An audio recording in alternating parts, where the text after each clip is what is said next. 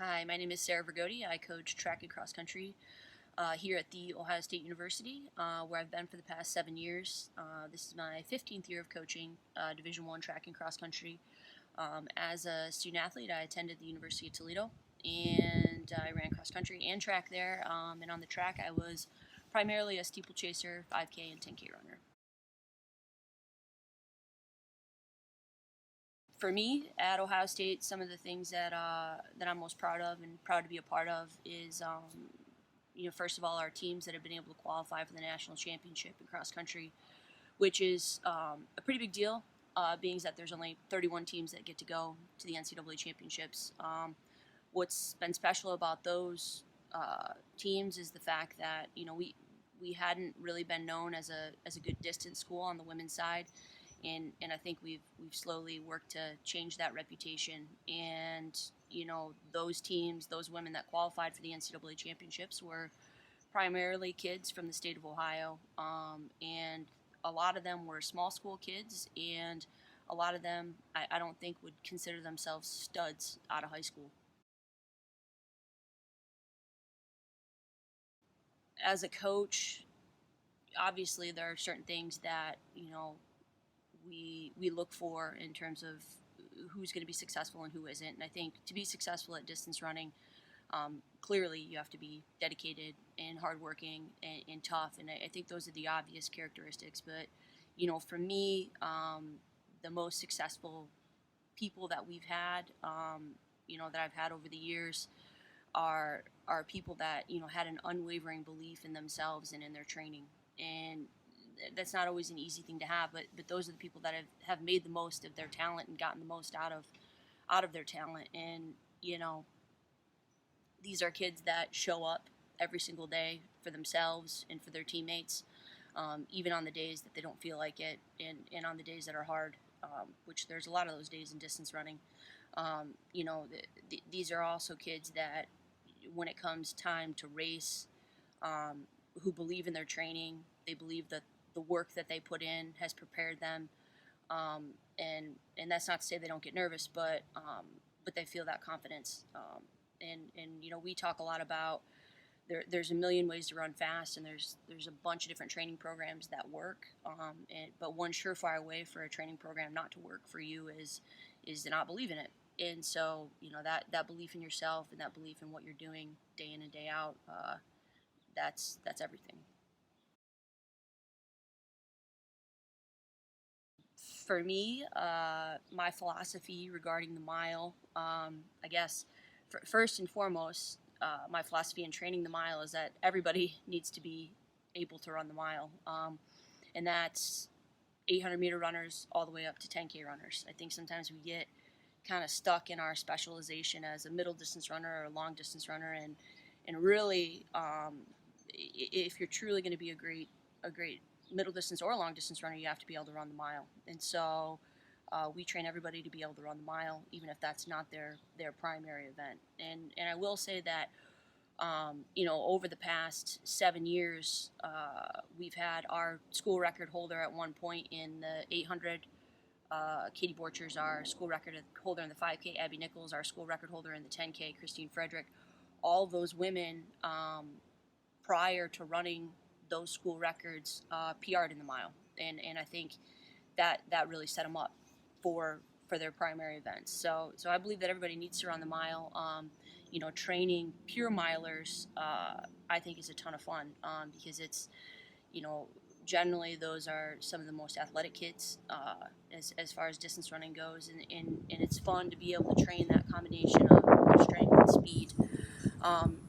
As far as our philosophy for training that, my philosophy really is that we never get too far away from the strength, and we never get too far away from the speed component of it. So, we're touching on that year round. We, in the summer, whether it's in the summer, during the season, or during the peak part of the season, the competition part of the season. But like, I guess some key workouts that we do. I think true milers truly appreciate running really fast with really big rest. Those are, I think, most milers' favorite workouts. One that we've done in the past, and with former All-American in cross country and in the 800. And at one point, she held our school record in the mile. Katie Borchers, her regular tune-up, like big last workout before championship season we would do 5 by 400 meters on 7 minutes rest, and that was a workout that she loved to do, and we knew she was primed and ready to go when she could do all those quarters, averaging 60 or 61. So those are the fun, glamorous types of workouts. But I think to truly be a good miler, you have to not be afraid to do some of the longer tempo stuff that maybe not as enjoyable, and you got to be able to sprint. So we like to do a little mixture of that. I think another workout that we do that the milers really enjoy is we'll do a couple of sets of 2 or 3 sets of what I call just broken miles. So 6-4, 3-2-1 with a 200-meter jog rest where you're starting the 600 at slower than mile race pace, so 3K, 2 mile race pace, and kind of working your way down to pretty quick for the 100, just cycling through those different gears and getting a real feel for that. And I think that's a good mental workout too to kind of set yourself up for a good mile.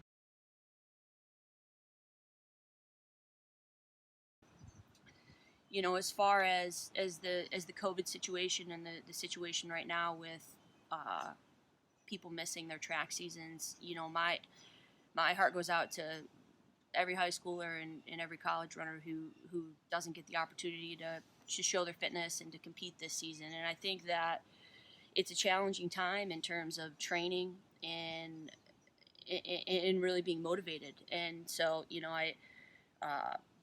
I would equate it to being injured or having a crappy race. And I think that the difference with this situation is that it's happening to everybody. Nobody's racing track right now. The pros aren't racing, high school kids aren't racing, college kids aren't racing. And so, at least with my group, we talked a little bit last week about, trying to take advantage of the time that we have, the extra opportunity to maybe work on something that we wouldn't normally have the time to work on. And so maybe that's getting your body stronger because you get injured regularly. Maybe that's, maybe you struggle with a long, grinding, tempo type work. Well, we're gonna, write your training to kind of focus on that. So I think it's a really good opportunity for people to kind of go back to their roots in terms of why you started running in the first place, and also to take advantage of working on something you're not as good at.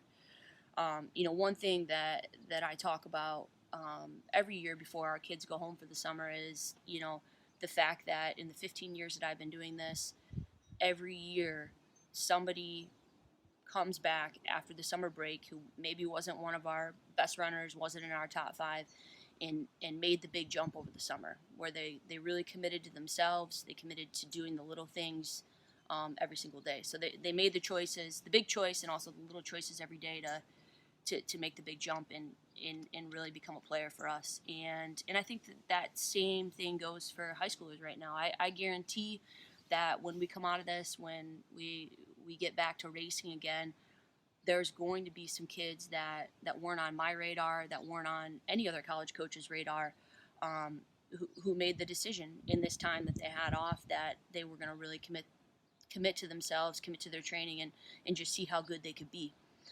So I think that's exciting, and I think that's something that's certainly helping to motivate our kids right now.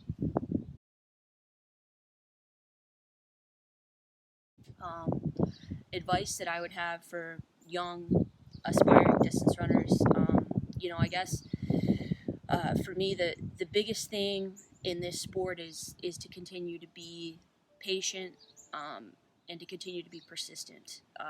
In last week I read something that an athlete that I used to work with at Iowa State, her name is Samantha Palmer, formerly Samantha Bluesky. She wrote something, I think on Twitter, and Sam is one of the best marathoners in the country right now. She's still in her 20s, and Sam put on Twitter that her current marathon race pace is the same pace that she ran for 2 miles in high school. And I think that obviously there's a bigger story to that with Sam, but she's been patient with herself every year, trying to get a little bit better, every week trying to get a little bit better, every day trying to get a little bit better. But she's also been persistent in that pursuit. And fortunately for us in the sport of distance running, um, it's a pretty incredible process to be a part of. Where if you are willing to put in the continuous training over time, you're going to get better. And you know, it's being able to be patient and knowing that what you're doing right now, you may not see the fruits of that labor for the, you know, for the immediate future, but you're really building into being a better runner years from now, and I think that's really exciting.